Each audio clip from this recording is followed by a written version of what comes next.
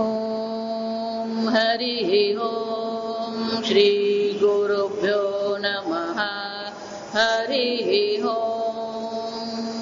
ओम वार्ताय प्रतिबोधितां भगवता नारायणेन स्वयं व्यासेन ग्रथितां पुराणमुनिना मध्ये महाभारतम् अद्वैतामृतवर्षिणीं भगवतीम् अष्टादशाध्यायिनीम् अम्ब त्वामनुसन्दधामि भगवद्गीते भवद्वेषिणीम् यं ब्रह्मा वरुणेन्द्ररुद्रमरुतः स्तुन्वन्ति दिव्यैस्तवैः वेदैः साङ्गपदक्रमोपनिषदैः गायन्ति यं सामगाः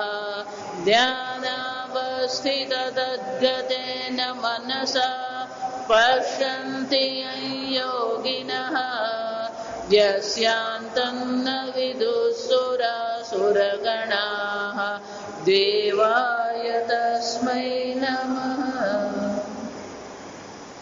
ॐ सहना भवतु सहनौ भुनक्तु सह वीर्यं करवावहै तेजस्विनावधीतमस्तु मा विद्विषावहै। ॐ शान्ति शान्ति शान्तिः। छठो अध्याय श्लोक 28। युञ्जन्नेवं सदात्मानं योगी विगतकल्मषः सुखेन ब्रह्म संस्पर्शम् अत्यन्तं सुखमश्नुते सर्वभूतस्थमात्मानं सर्वभूतानि चात्मनि ईक्षते योगयुक्तात्मा सर्वत्र समदर्शनः। ભગવાન નિધિધ્યાસનનું ફળ દર્શાવે છે. જો આ સમજો કે આ પ્રકારથી એવમ એટલે કે આ પ્રકારથી જે નિધિધ્યાસન કરે છે, આત્મચિંતન કરે છે, યુંજન એવમ સદાત્માનમ, સતત એ શું કરે છે? આત્માનું ચિંતન કરે છે. એટલું જ નહીં, આગળ જોયું એ પ્રકારે કે શાંત રજસમ, કોઈ પ્રકારનો વિક્ષેપ નથી, કોઈ પ્રકારની તામસિકતા એટલે કે પ્રમાદ નથી, આળસ નથી. એ આત્મચિંતન કરે છે, પણ એ ચિંતન કરતી વખતે એને કોઈ પ્રકારની તામસિકતા એનામાં નથી, રાજસિકતા નથી. મન એનું કેવું છે? શાંત અને સાત્વિક છે. અને આવો સાત્વિક મનથી જયારે એ ચિંતન કરી રહ્યો છે, યોગી વિગત કલ્મષ, કોઈ પણ પ્રકારનો કલ્મશ, કોઈ પ્રકારની મલિનતા એનામાં નથી. જો બહુ સમજવાનું, અહીંયા કલ્મશની જે ચર્ચા જે છે, જયારે નિધિધ્યાસન કરી રહ્યા છે, આત્મચિંતન જયારે કરી રહ્યા હોય ત્યારે કલ્મશ કયું? જો આ સમજો. આપણે અનેક વાર આગળ જોઈ ગયા કે પાણી શુદ્ધ છે એમ જયારે આપણે કહીએ તો શુદ્ધ જળ કોને કહેવાય? પાણી સિવાય બીજી કોઈ વસ્તુ એમાં હોવી જોઈએ નહીં. એ જ રીતે જયારે આત્માનું ચિંતન થઈ રહ્યું છે તો પછી આત્મા સિવાય અન્ય જે પણ કઈ છે બધી વસ્તુ શું બની જાય? કલ્મષ. એક સચ્ચિદાનંદ સ્વરૂપ, સુખ સ્વરૂપ એ આત્માનું ચિંતન થઈ રહ્યું છે. અને આત્માનું ચિંતન જયારે થઈ રહ્યું હોય તો વૃત્તિમાં બીજી કોઈ વસ્તુ ત્યાં છે જ નહીં. આ એક વસ્તુ. ધારો કે પણ વૃત્તિ ઉઠી, પૂજ્ય સ્વામીજી જયારે અમને ચિંતન કરાવતા ત્યારે બહુ સરસ કહેતા કે ધારો કે વૃત્તિ ઉઠી, અવાજ આવ્યો અને અવાજને કારણે શું થવાનું? આપણા મનમાં એ અવાજની વૃત્તિ ઉઠવાની. તો જયારે વૃત્તિ ધ્વનિ આકાર વૃત્તિ જયારે ઉત્પન્ન થઈ રહી છે ત્યારે પણ પેલી દર્શન તો ક્યાં કરવાનું? ક્યાં વૃત્તિનું જે અધિષ્ઠાન છે એ તો જો વિચાર, વૃત્તિનું અધિષ્ઠાન તો ચૈતન્ય છે. ચૈતન્યમાંથી વૃત્તિ ઉઠી, ચૈતન્યમાં જ વૃત્તિ રહે છે, અને ચૈતન્યમાં જ વૃત્તિ શું થઈ જવાની? શાંત થઈ જવાની. તો વૃત્તિનું જે અધિષ્ઠાન છે એ અધિષ્ઠાન પર જો આપણે દ્રષ્ટિ રાખીએ તો ગમે તે વૃત્તિ ઉત્પન્ન થાય. કેનો ઉપનિષદમાં આપણે જોઈ ગયા, પ્રતિબોધ વિદિતમ મતમ. દરેક વૃત્તિમાં એ તત્વને ઓળખવાનું છે આપણે. ભલે વૃત્તિ સ્વરૂપે હોય, ભલે શ્રવણ સ્વરૂપે હોય કે દર્શન સ્વરૂપે હોય, પણ એ દરેક વૃત્તિનું અધિષ્ઠાન જે છે એ તો કોણ છે? ચૈતન્ય આત્મા જ છે. જો સમજવા, એટલે એકવાર ચૈતન્ય આત્મા પર આપણી બુદ્ધિ ગઈ તો પછી પેલું જે વિષયાકાર વૃત્તિ છે એ શું થઈ જશે? બાધિત થઈ જશે. જો સમજો, આમ સદાત્મા, સદા એટલે શું છે? સતત એ આ પ્રકારથી આત્મચિંતનમાં લાગેલું છે એનું મન, અને આત્માથી એનું મન બીજે ક્યાંય ખસતું નથી. વિગત કલ્મશઃ, બીજી કોઈ પણ વસ્તુનું ચિંતન એના મનમાં થતું જ નથી. જો એટલું જ નહીં, જો બહુ સૌને સમજવાનું છે કે વૃત્તિનું અધિષ્ઠાન તો ચૈતન્ય છે જ, અને જ્યારે તમે આત્મ તત્વનું ચિંતન કરો છો તો વૃત્તિનો વિષય પણ શું છે? આત્મા. વૃત્તિનો વિષય પણ આત્મા છે, વૃત્તિનું અધિષ્ઠાન પણ ચૈતન્ય છે. એટલે મહારાજશ્રી બહુ સરસ કહેતા, હિન્દીમાં બહુ સરસ સમજાવ કે વૃત્તિના પેટમાં પણ આત્મા છે, વૃત્તિનું અધિષ્ઠાન પણ કોણ છે? આત્મા જ છે. જ્યારે આ પ્રકારથી વૃત્તિનો વિષય અને વૃત્તિના અધિષ્ઠાન બંને જ્યારે ચૈતન્ય સ્વરૂપ આત્મા છે તો શું થશે? સુખેન બ્રહ્મ સંસ્પર્શમ. જો આપણી મુશ્કેલી ક્યાં છે? ચૈતન્ય આત્મા તો છે જ, ચૈતન્ય આત્મા જે છે એ તો સર્વત્ર શું થઈ રહ્યો છે? અભિવ્યક્ત થઈ જ રહ્યો છે. પણ એ અભિવ્યક્ત થતો ચૈતન્ય આત્મા જે નથી સંભળાતું બરાબર, તકલીફ તો છે જ. મને મારો અવાજ સંભળાતો નથી. આ બધા ને કે તાનું મોડું આ બાજુ ફરી કાઢ. નહીં, બહુ વધારે પડતું થઈ ગયું. તો વૃત્તિનો અધિષ્ઠાન અને વૃત્તિનો વિષય બંને જ્યાં સુધી એક નહીં થાય, જો આ વિચાર, જ્યાં સુધી બંને એક નહીં થાય ત્યાં સુધી આ બ્રહ્મ સ્પર્શ જે ભગવાન શબ્દ વાપરી રહ્યા છે એ શક્ય નહીં બને. જો આ સમજો, કારણ કે વૃત્તિનો જો વિષય બીજું હશે તો શું થવાનું? આપણી દ્રષ્ટિ આત્માથી અન્ય પર જવાની છે, પણ આત્માથી અન્ય પર દ્રષ્ટિ લઈ જવાની નથી, આત્મા પર જ દ્રષ્ટિ રાખવાની છે. એટલે વૃત્તિનું ચિંતનનો વિષય પણ આત્મા જ છે, વૃત્તિનું અધિષ્ઠાન પણ ચૈતન્ય સ્વરૂપ આત્મા છે. અને એટલે ભગવાન શું કહે છે? એક વાર જો આ થયું તો શું થશે? સુખેન બ્રહ્મ સ્પર્શમ. સુખેન શંકરાચાર્ય કે છે અનાયાસેન, બહુ સહજતાથી એને શું થઈ જશે? આ બ્રહ્મ જ્ઞાનની પ્રાપ્તિ અવશ્ય એને થઈ જાય છે. એટલું જ નહીં, જ્યારે એને આ બ્રહ્મ જ્ઞાનની પ્રાપ્તિ થાય છે ત્યારે એનું ફળ શું છે? અત્યંતમ સુખમ અશ્નુતે. શંકરાચાર્ય કહે છે અંતમ અતિત્ય વર્તતે ઇતિ અત્યંતમ. એને અત્યંત સુખની પ્રાપ્તિ થાય છે. આગળ શું કીધું? ઉત્તમમ સુખમ. અહીંયા શું કીધું? અત્યંતમ સુખમ. સુખ માટે જે વિશેષણ વાપરવામાં આવ્યું, ઉત્તમ એટલે કે જે શ્રેષ્ઠ છે, જે અનંત છે. અહીંયા પણ શું કીધું? જેનો અંત નથી, અનંત છે. એટલે ભગવાન કહી રહ્યા છે આમ અનંત સુખની એને પ્રાપ્તિ થાય છે. કેમ? કારણ કે બીજું કઈ રહેતું જ નથી. જો આ સમજવા, જ્યાં સુધી પેલો દ્વૈત છે, બીજું છે, ત્યાં સુધી સુખ અનંત બની શકે નહીં. એક જ આત્મા છે, બીજું છે જ નહીં. તૈત્રીય ઉપનિષદમાં આપણે જોઈ ગયા, ઉદરમ અંતરમ કુરુતે અથ તસ્ય ભયમ ભવત. બીજું એમ જો તમે કહ્યું તો પેલું ભય થવાનો જ. અને એટલા માટે ભગવાન કહી રહ્યા છે બ્રહ્મ સ્પર્શ થાય છે એટલે કે એ બ્રહ્મને આત્મા સ્વરૂપે ઓળખી લે છે. જો અહીંયા સ્પર્શ સમજવા, લોકો એનો બહુ ભૌતિક અર્થ કરતા હોય છે. શાબ્દિક અર્થ કરીને શું કહે છે? આત્મા અને બ્રહ્મનો સ્પર્શ થયો. આત્મા અને બ્રહ્મનો સ્પર્શ થયો એમ જો કહેશો, શાબ્દિક રીતે જો તમે કહેવા જશો તો પછી શું થઈ ગયું? એક આત્મા છે, પેલો બીજો બ્રહ્મ છે. હવે બેનું શું કરવાનું? હવે તો પ્રશ્ન ક્યાં છે? સીધો સાધો આ જગતનો નિયમ છે. જા સમજ. સંસ્કૃતમાં આ સીધો એક નિયમ છે. સંયોગાહ વિયોગાંતાહ. સંયોગાહ, જે કોઈ વસ્તુ જે છે એ બે ભેગી થઈ, ક્યાં સુધી ભેગી? વિયોગાંતાહ, ભેગી થઈ તો શું થવાની? એ અલગ પડવાની જ છે. શાસ્ત્ર બહુ સરસ દ્રષ્ટાંત આપે. આ નદીનો જેમ પ્રવાહ હોય, નદીના પ્રવાહમાં જંગલમાં અનેક પેલા લાકડાઓ પણ તણાતા હોય, તો પ્રવાહમાં બે લાકડા ભેગા થયા, પણ એ જ પ્રવાહથી બે લાકડા શું થવાના? અલગ થઈ જ જવાના.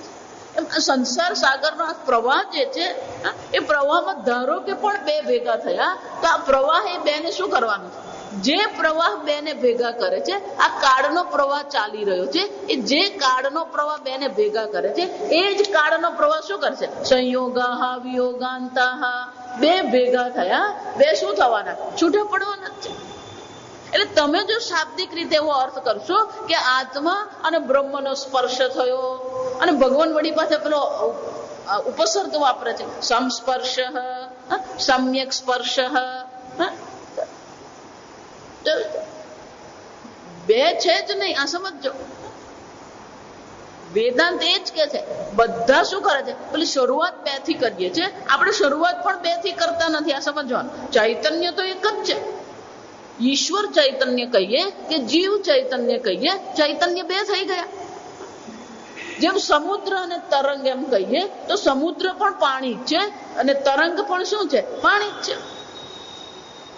શરૂઆત બે પાણીથી નથી કરતા આપણે, સમજો. ઉપાધિ બે છે, પણ જળ તો શું છે?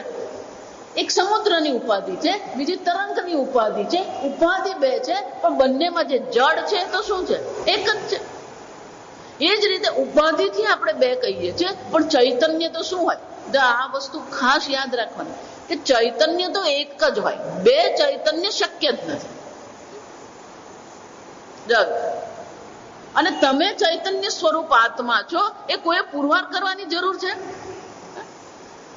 તમે ચૈતન્ય છો, એ તો શું છે? વાસ્તવિકતા છે.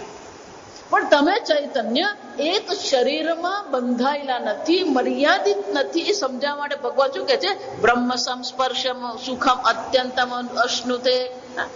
આમ જયારે એ પોતાને બ્રહ્મ સ્વરૂપ ઓળખી લે છે, એ સંસ્પર્શનો અર્થ શું કરવાનો?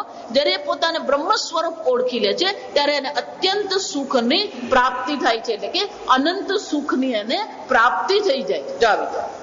અને એટલે શંકરાચાર્ય કહે છે અત્યંતમ ઉત્કૃષ્ટમ નિરતિશયમ અશ્નુતે. નિરતિશયમ એટલે કે કોઈ પણ મર્યાદા વિનાનું, દેશ અને કાળની કોઈ મર્યાદા સુખમાં નથી. આપણે જેટલા સુખનો અનુભવ કરીએ છીએ, એ બધા સુખ કેવા છે? દેશ અને કાળમાં મર્યાદિત છે. દેશતઃ કાલતઃ વસ્તુતઃ કેવા છે? મર્યાદિત સુખ છે.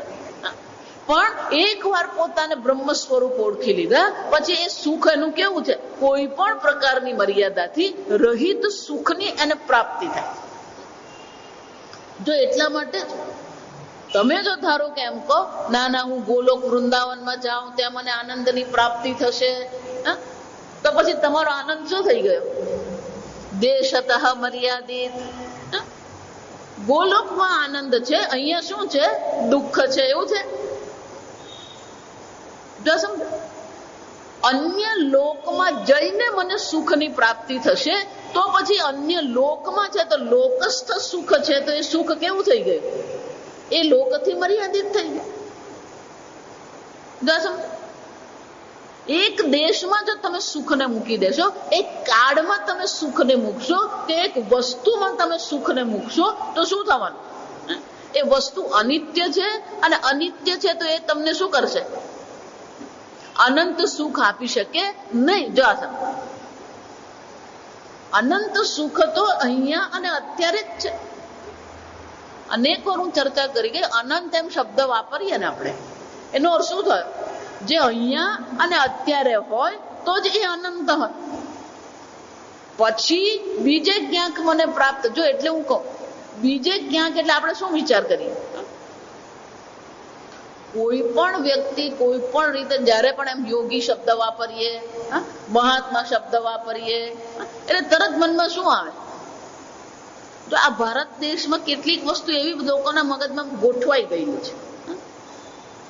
ધારો કે અત્યારે કોઈક મહાત્મા આવીને કે મેં 10 વર્ષ હિમાલયમાં તપશ્ચર્યા કરી, એટલે તરત જ એ મહાત્મા પર આપણે સિક્કો મારી દે, આ બહુ મોટા મહાત્મા છે. સ્વામીજી કે લોકો જ સિક્કો મારી આપે. કોઈ 10 વર્ષ હિમાલયમાં રહે એટલે મહાત્મા બની ગયા? આ સમજ. લોકો દેશથી કાળથી લોકો શું કરતા હોય? પોતાને વિશેષિત કરવાનો પ્રયત્ન કરી રહ્યા છે.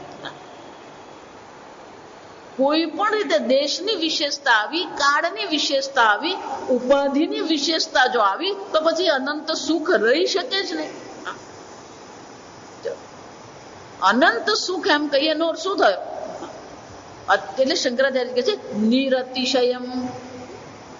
નિરતિશય એટલે કે કોઈ પ્રકારની વિશેષતા, કોઈ પ્રકારની મર્યાદા ત્યાં છે જ. એટલું જ ને ઉત્કૃષ્ટમ, ત્યાં પેલો ઉત્તમ શબ્દ વાપર્યો, એટલે અહીંયા શંકરાચાર્ય ઉત્તમ ને બધે શું કહે છે? ઉત્કૃષ્ટમ. એ શ્રેષ્ઠ આનંદ છે, અને આનંદ મેળવવાનો નથી.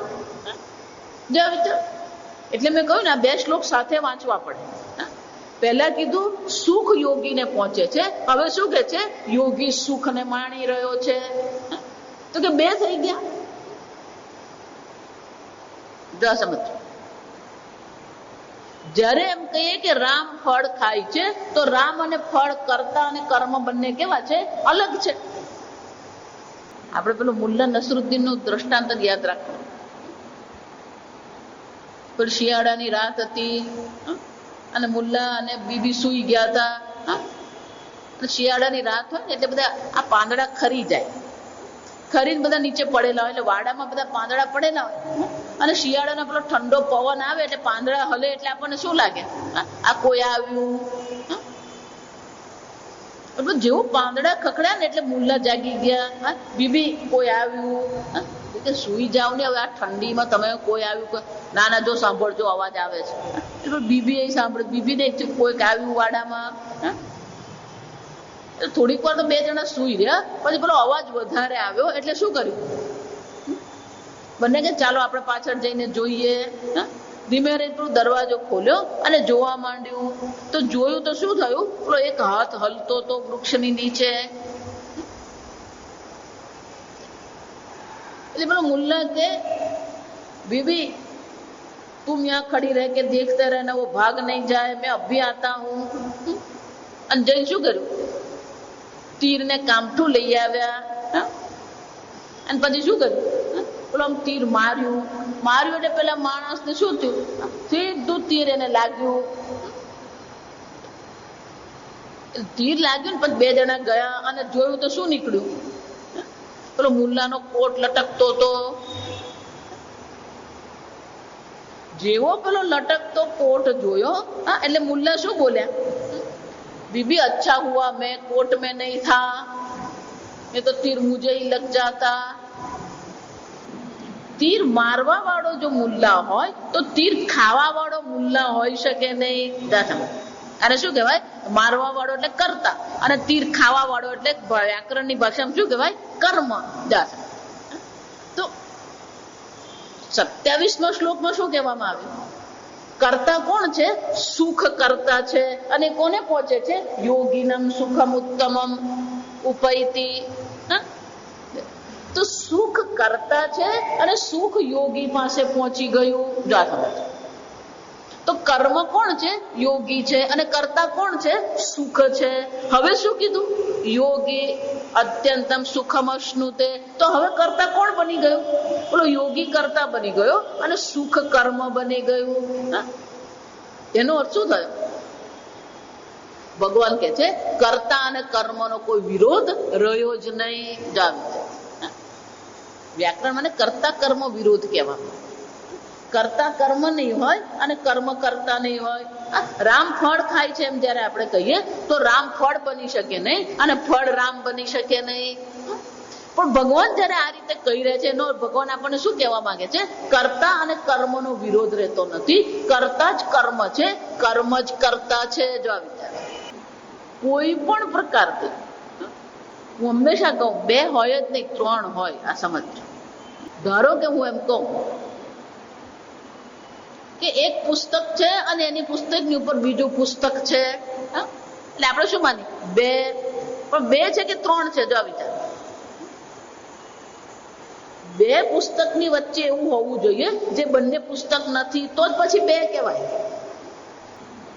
આ દેશની સરહદ એમ કહીએ ને આપણે, જો સમજો, આપણે તો ગરબડ જ છે દેશની સરહદમાં, પણ સામાન્ય રીતે 2 દેશની જ્યારે સરહદ હોય તો સરહદમાં અમુક જગ્યા એવી હોય, અમુક ફૂટ કે અમુક અંતર એવું હોય, એને નો મેન લેન્ડ કહેવામાં આવે. નો મેન લેન્ડ એટલે શું છે? એ આ દેશની પણ નહીં, આ દેશની પણ નહીં. જો હમણાં એવું થયું, આ વિચાર, આપણે પર્યાવરણની બધી વાતો બહુ કરીએ છીએ ને, એટલે પર્યાવરણની દ્રષ્ટિએ બહુ એક ચમત્કાર બન્યો. તો કે આ દક્ષિણ કોરિયા અને ઉત્તર કોરિયા શું થઈ ગયા? જુદા. જો આ સમજ, એટલે પેલા જુદા થઈ જાય એટલે સરહદ પર શું હોવાનું? નો મેન લેન્ડ હોય, જ્યાં કોઈ જતું જ નહીં હોય. આ સમજ, એટલે એ લોકોનો જે એરિયા જે હતો, એ એરિયામાં કોઈ જાય નહીં. ત્યાં થયું એવું, જો આ વિચાર કે વર્ષો પહેલા જે વનસ્પતિઓ ત્યાં બધી નાશ પામેલી, વર્ષો પહેલા તે બધા પશુ પક્ષીઓ નાશ પામેલા, વર્ષો પહેલા જે જીવ જંતુઓ નાશ પામેલા, અહીંયા પેલો માણસ જતો નતો ને, આ બધું પાછું આવી ગયું. જા સમજ, એટલે એટલો જે આખો સરહદનો જે બધો ભાગ તમે જુઓ ને, તો એટલો હરિયાળો, અને ત્યાં બધા જે એ લોકો એમ માની લીધેલું કે આ બધા પક્ષીઓ તો હવે ગયા. પણ જયારે તે પેલું માણસે જવાનું બંધ કરી દીધું, આપોઆપ જ બધું શું થયું? આ પ્રદૂષણ કરવા વાળો માણસ જ છે. આ સમજ, એટલે જયારે પર્યાવરણવાદીઓ જયારે ત્યાં ગયા ને, તો એ લોકોને એટલું આશ્ચર્ય થયું કે આ કુદરત પોતાની રીતે શું કરી શકે છે? પોતાની સંભાળ લઈ લે છે. માણસને જ એવું લાગે છે હું કરું. એટલે જયારે આપણે 2 એમ કહીએ તો 2 ની વચ્ચે ત્રીજું એવું હોવું જોઈએ જે 2 માંનું એક કે નહીં હોય. એટલે જયારે તમે 2 એમ કહો તો એટલે કોણ પુરવાર થઈ જાય? પેલું 3 પુરવાર થઈ જ જાય. એ જ રીતે દ્રષ્ટા તમે ચૈતન્ય સ્વરૂપ છો, આ દ્રશ્ય જડ છે. જા સમજો બરાબર.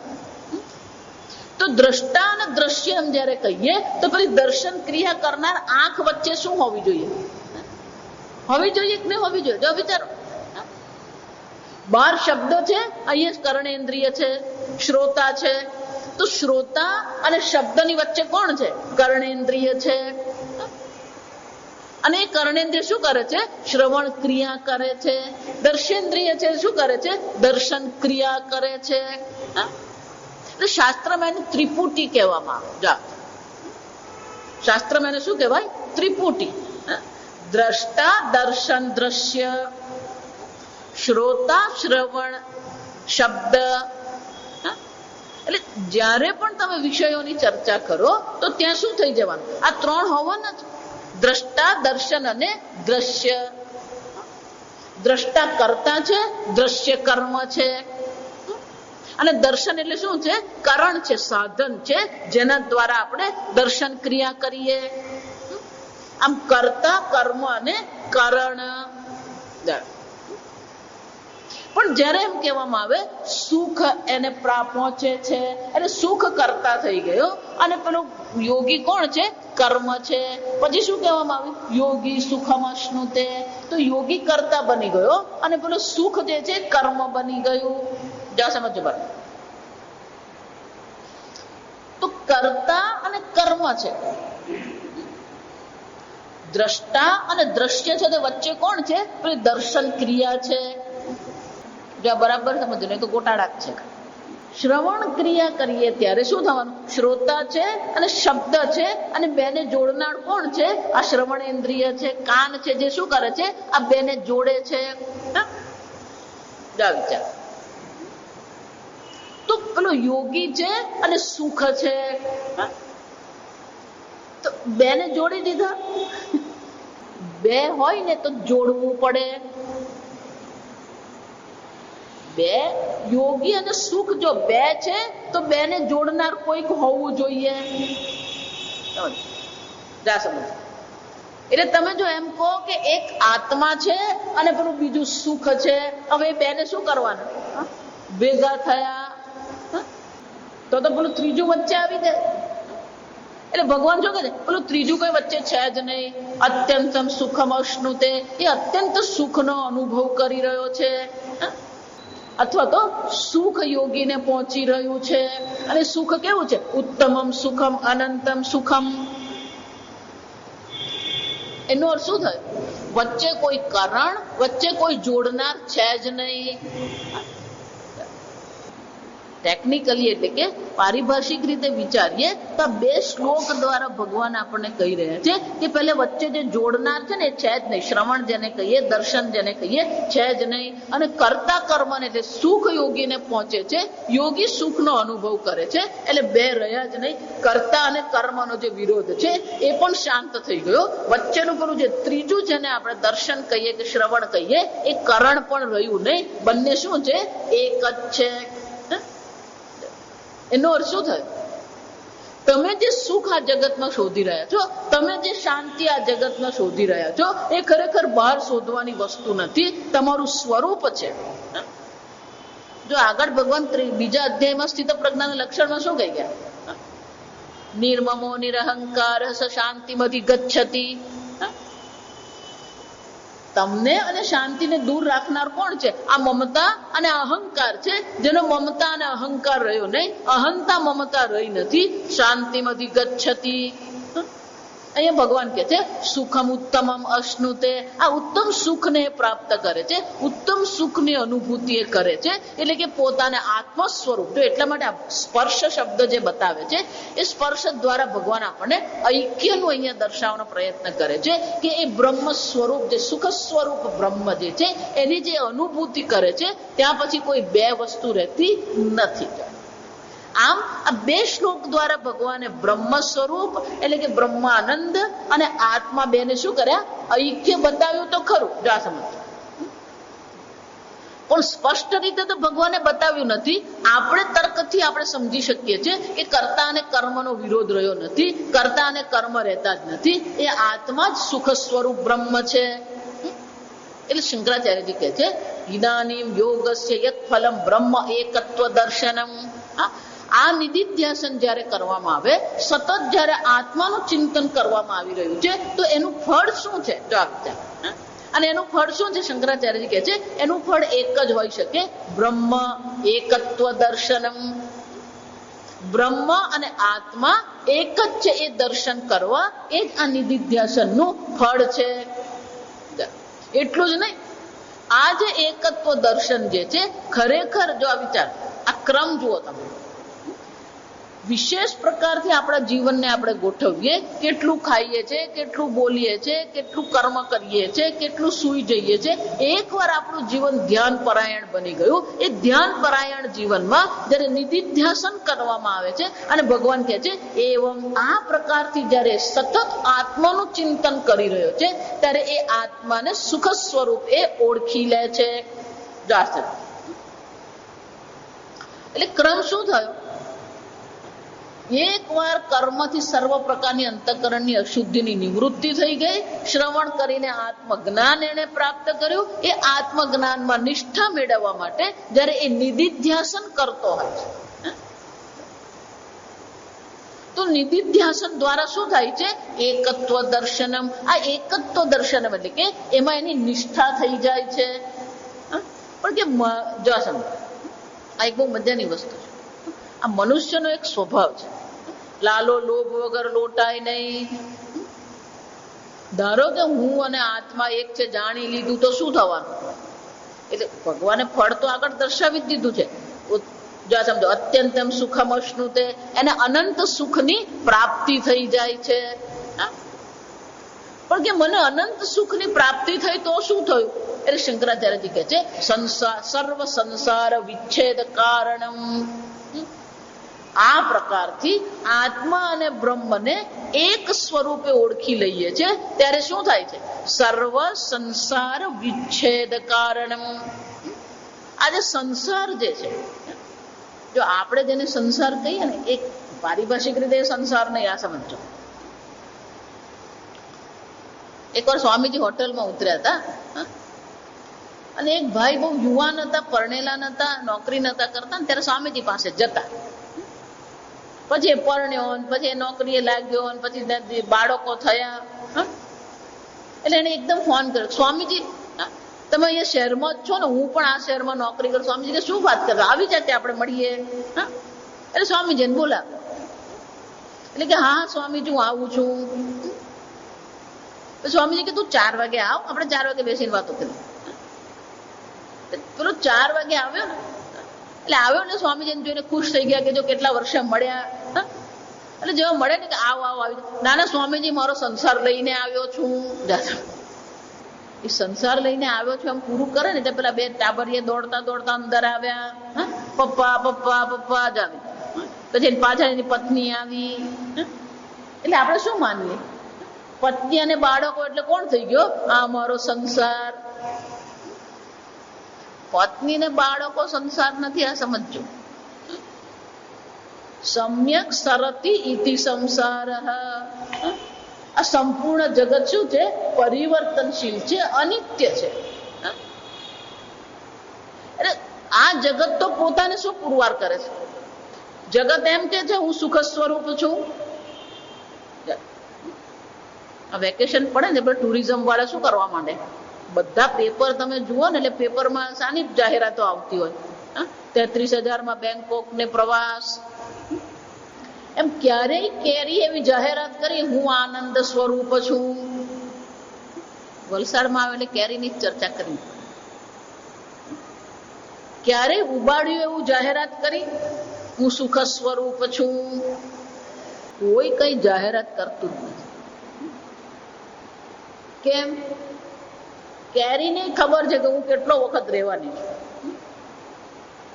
અનિત્ય છે આ બધી વસ્તુ. કેવી છે? અનિત્ય છે. તો કેરી પોતાને નિત્ય પુરવાર કરે છે, વલસાડ પોતાને નિત્ય પુરવાર કરે છે. જો વિચારો, આ જગતની કઈ વસ્તુ પોતાને નિત્ય સુખ સ્વરૂપ પુરવાર કરે છે?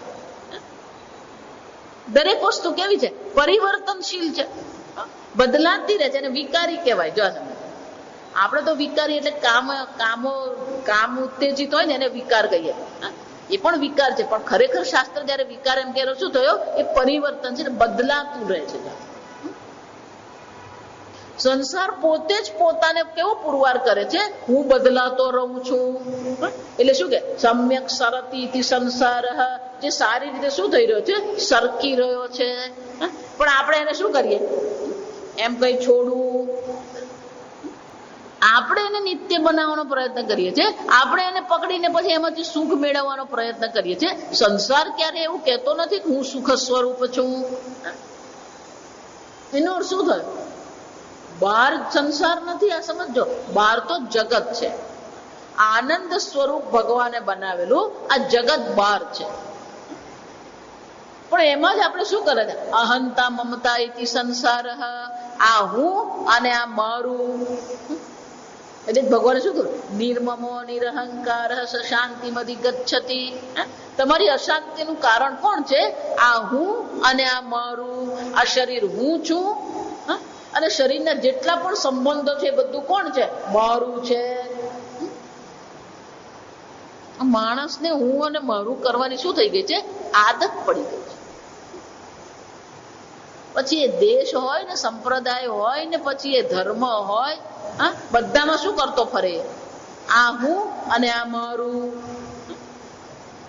અહંતા મમતા ઇતિ સંસાર. શંકરાચાર્યજી કહે છે જ્યાં આ અહંતા મમતાના ચક્કરમાં આપણે જે ફસાયા છે એ શું છે? સર્વ સંસાર વિચ્છેદ કારણમ. બ્રહ્મ એકત્વ દર્શન જે છે એ એકત્વ દર્શનનું ફળ શું છે? યોગી જયારે સતત આ પ્રકારથી આત્મચિંતન કરે છે તો આત્મચિંતનનું ફળ છે બ્રહ્મ એકત્વ દર્શનમ. અને બ્રહ્મ એકત્વ દર્શનનું ફળ શું છે? સંસાર વિચ્છેદ કારણમ. આ બ્રહ્મ એકત્વ દર્શન છે એ આ સંસારનો શું કરે છે? નાશ કરી નાખે છે. અને એટલે શંકરાચાર્ય કહે છે ઈદાનીમ, હવે શું કરે છે? યોગસ્ય ફલમ. આ યોગના બે જ ફળ છે. એક બ્રહ્મ એકત્વ દર્શન છે અને બ્રહ્મત્વ એકત્વ દર્શનને કારણે સંસારનો વિચ્છેદ છે. તો કે બે ફળ થયા. જો વિચાર કરો, પહેલું ફળ કયું? બ્રહ્મત્વ એકત્વ દર્શનમ. બીજું ફળ કયું? સંસાર વિચ્છેદ. આ બે છે. આ બે કેમ? તો વળી પાછી ગરબડ. શાસ્ત્રમાં એને માટે શબ્દ છે યુગપત. યુગપત એટલે એક સાથે. અંગ્રેજીમાં સાયમલ્ટેનિયસ કહેવાય. બ્રહ્મ એકત્વ દર્શન કરવા અને સંસારનો વિચ્છેદ થવો એ કાળની દ્રષ્ટિએ કોઈ ત્યાં વ્યવહિત નથી. કાળની દ્રષ્ટિએ એમાં કોઈ અંતર નથી. જો આ સમજો, યુગપતનો અર્થ શું થાય? એક જ કાળમાં જ્યારે બને તો શું કહેવામાં આવે? યુગપત. બે ક્રિયા છે પણ બે કેમ કીધી? શાસ્ત્ર બહુ સરસ દ્રષ્ટાંત આપે. લાકડું કાપવું અને ટુકડા થવા, બે બે થયું ને. એક કાપવાની ક્રિયા છે અને બીજું બે થવાની ક્રિયા છે. પણ બે કેવી છે? કાપે એટલે શું થવાનું? બે ટુકડા થઈ જાય.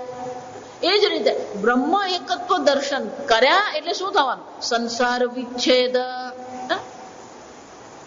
નહીં માતાજી, આ બ્રહ્મ જ્ઞાન તો મને થઈ ગયું પણ હજી સંસારનો વિચ્છેદ થયો નથી. આ તો કોના જેવું થયું? લાકડું કાપ્યું ખરું પણ બે ટુકડા થયા નથી. શક્ય જ નથી. જો આ સમજો. એટલે શંકરાચાર્ય શું કહે છે?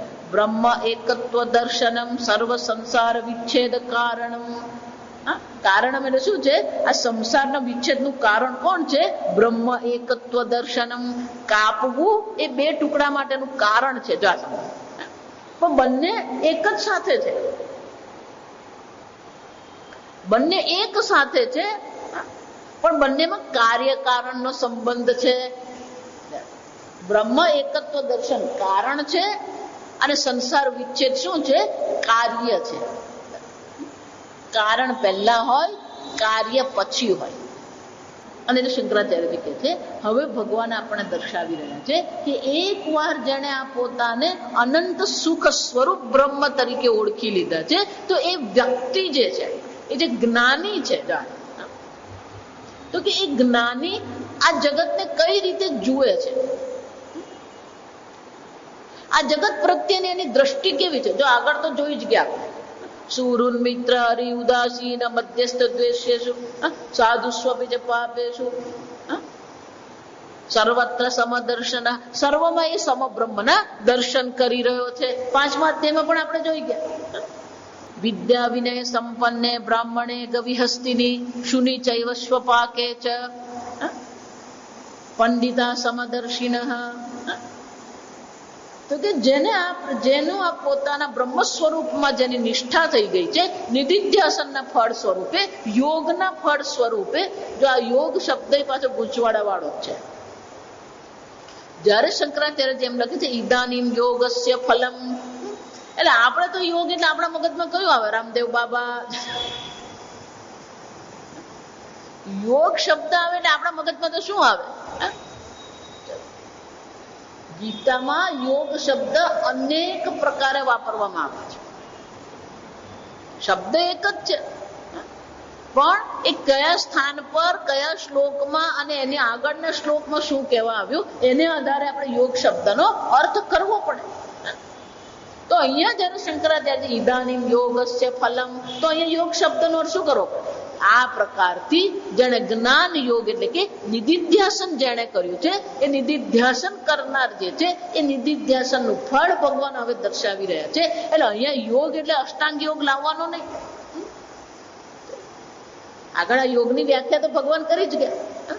તમ વિદ્યા દુઃખ સંયોગ વિયોગમ યોગ સંજ્ઞિતમ. આ દુઃખ સાથે આપણો શું થઈ ગયો છે? સંયોગ થઈ ગયો છે. એટલે બધા પોતાને શું માને? હું દુઃખી છું.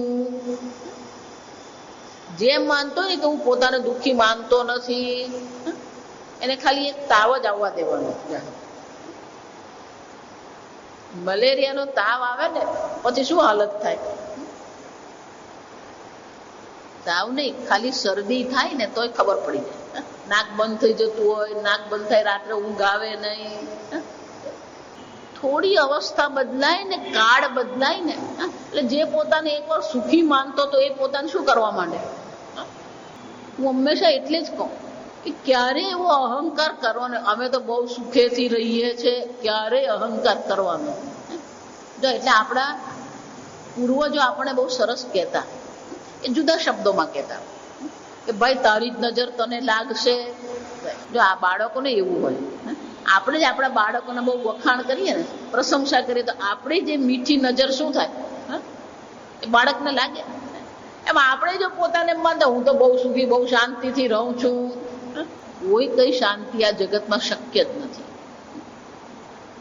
પરિવર્તનશીલ જગતમાં સુખ અને શાંતિ શક્ય જ નથી. એટલે જ ભગવાન શું કહે છે, આગળ કહે છે આપણે જન્મ મૃત્યુ જરા વ્યાધિ દુઃખ દોષ અનુદર્શનમ. આ બધામાં કયો દોષ રહેલો છે? દુઃખ રૂપી દોષ રહેલો જ છે. એક પ્રસંગ બને ને આપણું જીવન આખું શું થઈ જાય? બદલાઈ જાય. એક જ પ્રસંગ બને. જો વિચાર, કૈકેયીએ વરદાન માગ્યું અને શું થઈ ગયું? જો વિચાર, 13 વર્ષ રામજી આનંદથી વનમાં રહ્યા, પેલું સીતાનું હરણ થયું અને શું થઈ ગયું? બધું બદલાઈ ગયું. એક જ ઘટના જીવનમાં બને અને સંપૂર્ણ જીવનને એ ઘટના શું કરી નાખે? બદલી નાખે છે. સમજો કેમ? કે પરિવર્તન એ આ સંસારનો નિયમ છે. કોઈ વસ્તુ એવી ને એવી રહેતી જ નથી. આપણે જેને એક વખત મિત્ર કહેતા હતા, એ જ મિત્ર પછી શું થઈ જાય? જેને આપણે માનતા હતા આ તો બહુ સારો છે, એક જ અનુભવ એવો થઈ જાય, શું લાગે આપણને? જેને આપણે વિશ્વાસ પાત્ર માનતા હતા એ જ પછી શું થઈ જાય? મને હવે એના પર વિશ્વાસ રહ્યો નથી. જા વિચાર, 5 વર્ષ પર જેના પર આપણે વિશ્વાસ મૂક્યો હોય, 5 વર્ષ પછી વિશ્વાસ પણ શું થઈ જાય છે? એટલે શંકરાચાર્યજી કહે છે આ સંસાર આવો જ છે. પણ એ સંસારનું વિચ્છેદનું કારણ કોણ છે? બ્રહ્મ એકત્વ દર્શનમ.